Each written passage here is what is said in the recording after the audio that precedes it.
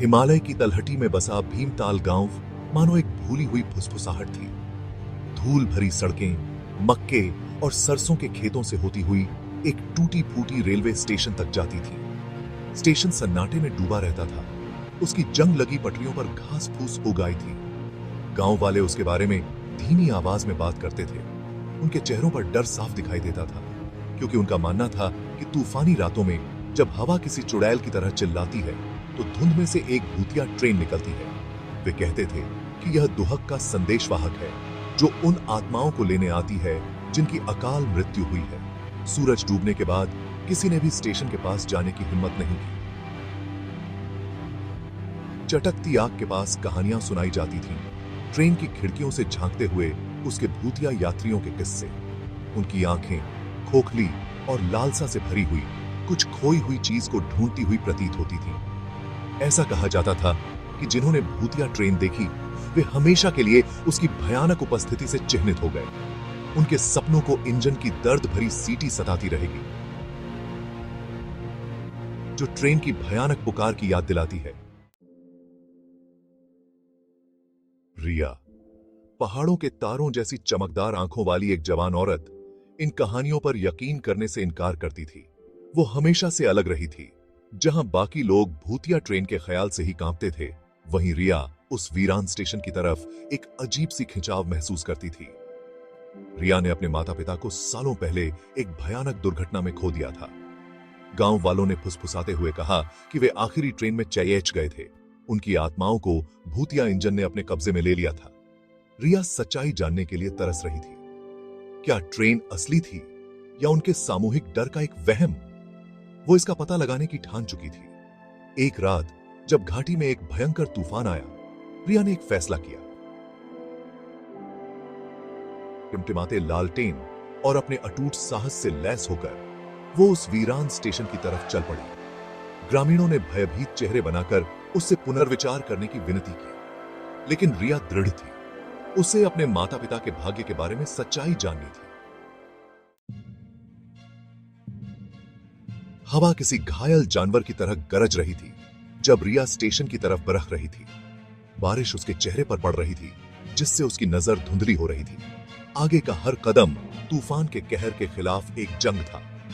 बिजली कौंधने से आगे का रास्ता दिख रहा था, जिसमें कंकाल जैसे पेड़ हवा में हिंसक रूप से झूल रहे थे। उसके चारों ओर परछाइयां नाच रही थीं, रात में भूतों की तरह मुड़ रही थीं और घूम रही थीं।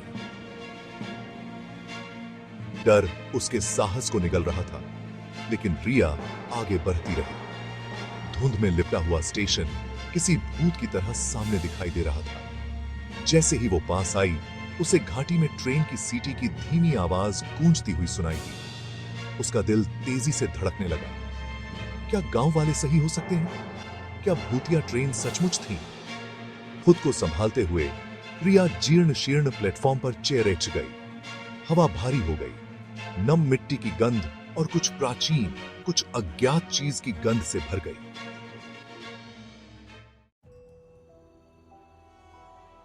उसके पैरों के नीचे जमीन हिल गई। घूमती हुई धुंध से एक ट्रेन निकली।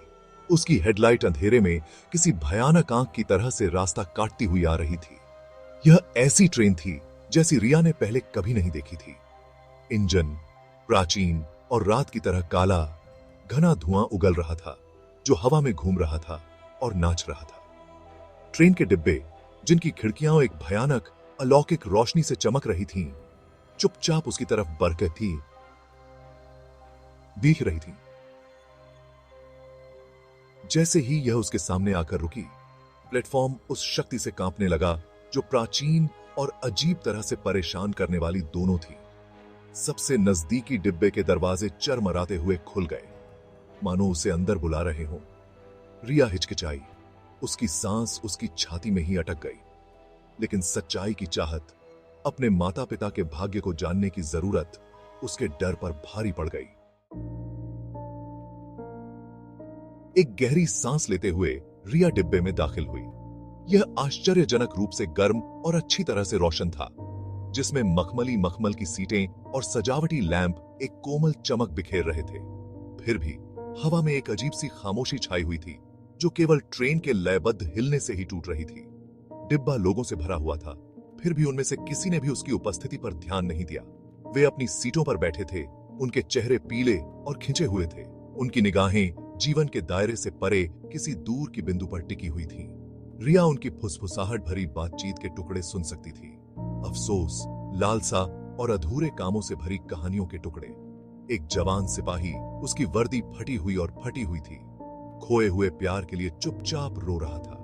एक बूढ़ी औरत एक फीकी तस्वीर पकड़े हुए थी। उसके होंठ एक बच्चे के लिए एक मौन प्रार्थना में हिल रहे थे, जिसे बहुत जल्द ले जाया गया था। तभी रिया ने उन्हें देखा। खिड़की के पास बैठे उनके चेहरे पर एक जानी पहचानी उदासी थी। उसके माता पिता थे। वे छोटे लग रहे थे।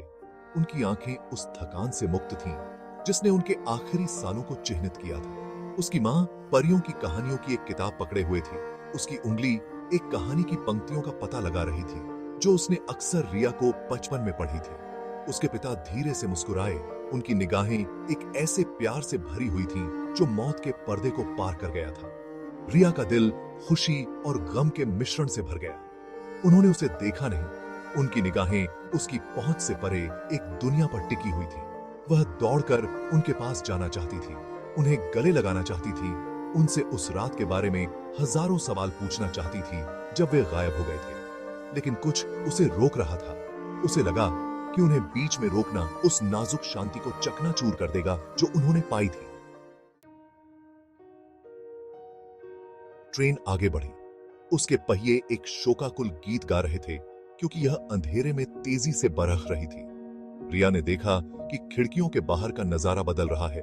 हिमालय की जानी पहचानी तलहटी ने एक अजीब अलौकिक इलाके को रास्ता दे दिया था। असंभव रंगों से आकाश धधक रहा था और हवा एक अलौकिक रोशनी से झिलमिला रही थी।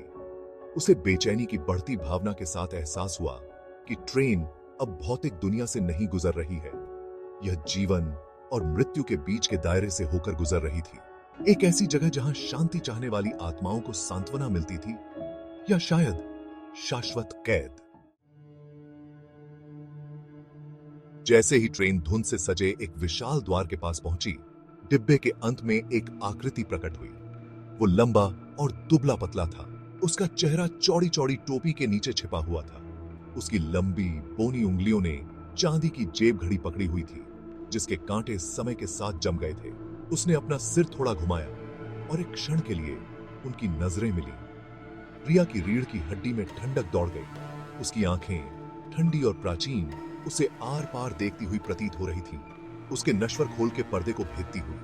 वो सहज रूप से जानती थी कि यह कोई साधारण कंडक्टर नहीं है। वो द्वारपाल था, आत्माओं का नाविक था। वही तय करता था कि कौन रहेगा और कौन वापसी की इस ट्रेन से प्रस्थान करेगा। ट्रेन अचानक रुक गई। आवाज इस अलौकिक दायरे के सन्नाटे से गूंज रही थी।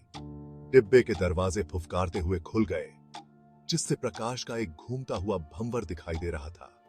एक एक करके यात्री अपनी सीटों से उठे और बाहर निकलने की ओर बढ़े। उनके चेहरे, हालांकि अभी भी उदासी के संकेत से भरे हुए थे, अब शांति और स्वीकृति की भावना रखते थे। उन्हें वो मिल गया था जिसकी उन्हें तलाश थी। हालांकि वो क्या था, रिया ठीक से समझ नहीं पाई। जैसे ही उसके माता पिता दिवंगत आत्माओं में शामिल होने के लिए उठे, उनकी निगाहें कुछ पलों के लिए उसकी निगाहों से मिली। उस क्षणिक नजर में रिया ने पहचान की एक झलक देखी, उनके बंधन की एक मौन स्वीकृति। फिर एक आखिरी दुखद मुस्कान के साथ वे मुड़े और प्रकाश में कदम रखा और नजरों से ओझल हो गए। ट्रेन आगे बढ़ी, रिया को वापस हकीकत में ले आई। उसने खुद को वीरान स्टेशन के प्लेटफॉर्म पर खड़ा पाया। तूफान थम गया था और सुबह की पहली किरणें गुलाबी और सुनहरे रंग से आकाश को रंग रही थी। ट्रेन जा चुकी थी, बिना कोई निशान छोड़े गायब हो गई थी। क्या यह सब एक सपना था?